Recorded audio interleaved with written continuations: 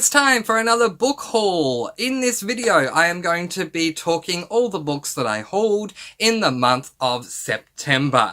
So, I don't have long to communicate this video to you, so I'm going to do the best I can. I will try and read the blurbs, the premises on the back as we go along. So, let's do this.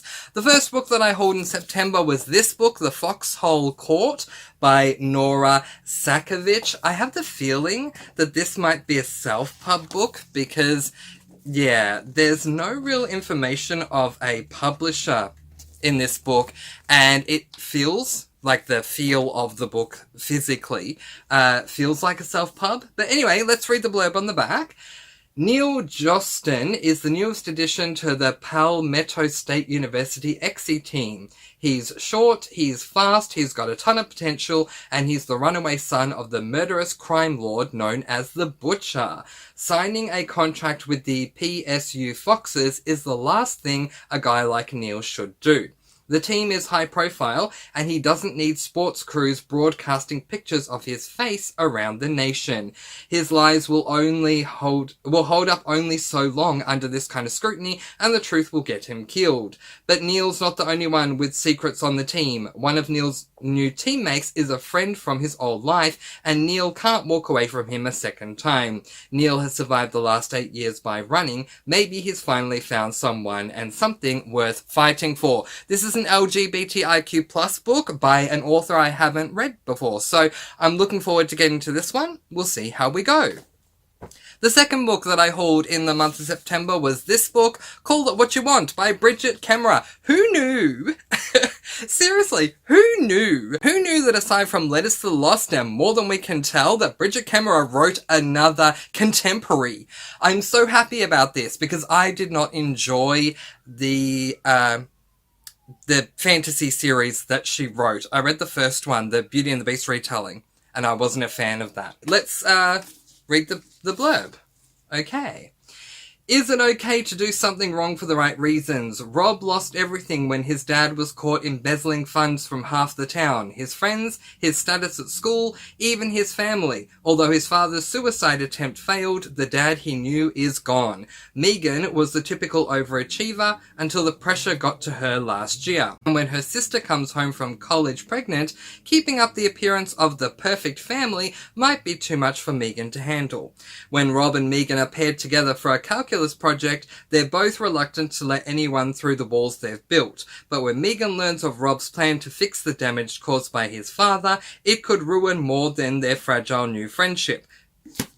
Sounds interesting. I love Bridget Kemmerer when she does contemporaries, so I'm looking forward to getting into this one. Who knew she wrote another contemporary? Fantastic. The next book that I hauled in September was Down Amongst the Sticks and Bones, which is book number 2 in the Wayward Children series. I am not going to read the premise of this one. I also hauled the first book, Every Heart a Doorway, which you'll see coming up soon. I'm not going to read the premises of those two because both of these books are incredibly short. All I'm going to say is that this series comes highly recommended from Murphy, from booktube channel Murphy Napier, and she recommended to read this book, which is actually book 2, before reading book 1, because book 1 provides a major spoiler for book number 2, so I will be doing that. The next book that I hauled, finally, sorry, very happy here, is the next book in the Stormlight Archive series, Rhythm of War by Brandon Sanderson. Gorgeous cover as always. You've got to love Tor Publishing. They are incredible. I love it. I love it. I love it more. Oh, I love the purple in this book. It's just beautiful. I cannot wait to read the latest installment in the Stormlight Archives. I've been waiting a very long time, and best believe it's going to be on a TBR coming very soon. I'm not going to read the premise of this book because it's book 4 in a series, so it will contain spoilers. The next book that I purchased again came from a recommendation from Murphy, from booktube channel Murphy Napier, and that is the very short and yet intriguing Fields Gate by Aaron Lynch. Oh my goodness, ever since I saw Murphy talking about this book, I've wanted to purchase this.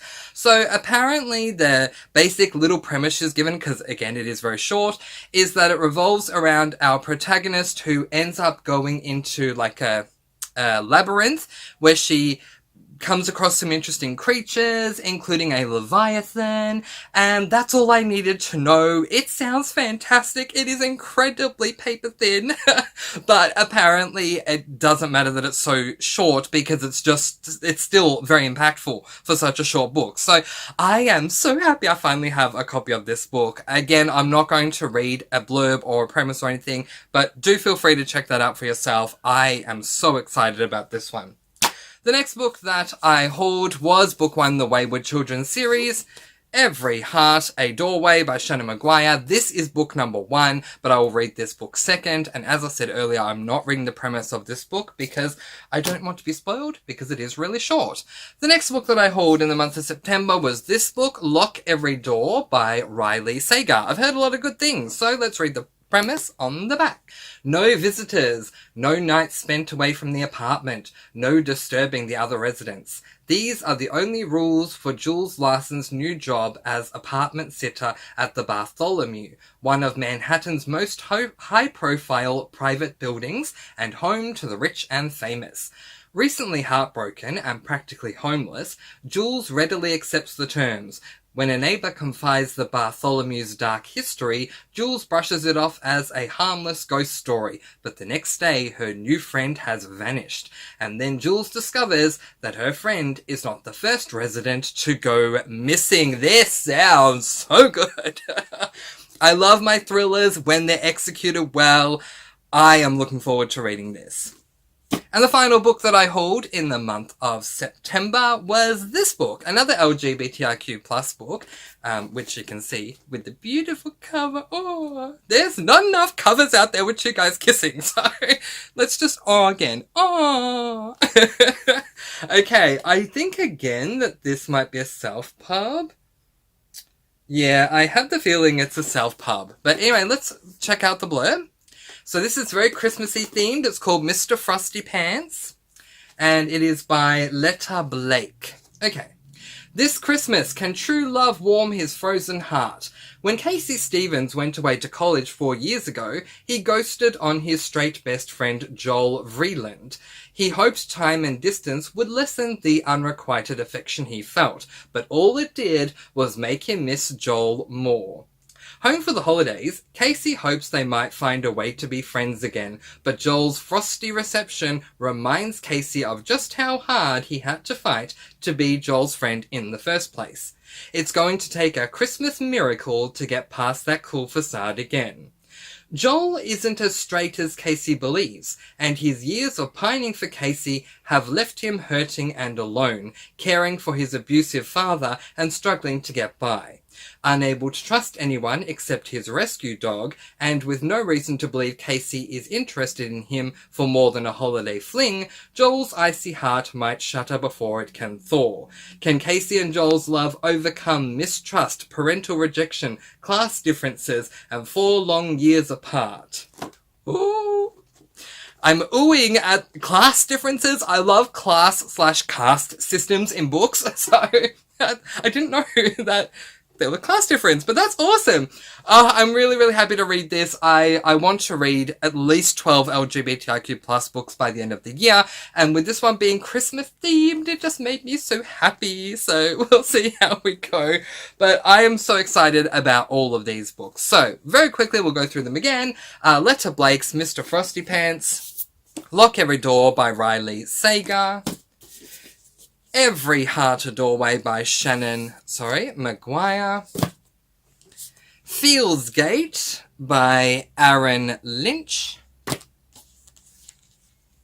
Rhythm of War by Brandon Sanderson, so hope I finally have this, Down Amongst the Sticks and Bones by Shannon Maguire, Call It What You Want by Bridget Kemmerer, who knew she had another contemporary, and The Foxhole Court by Nora Sakovic. There you go. And now for everyone's favourite game that we like to call Up. These are the books that I hauled in the month of September 2021. What books did you haul in the month of September 2021? Let me know in the comments section below. But in the meantime, that is where I am going to leave it, letting you guys go with peace, blessings, and so much love. I post videos every Monday, Wednesday, and Friday, and I'll see you again soon. Keep your day sunny side up, and until next time, happy reading!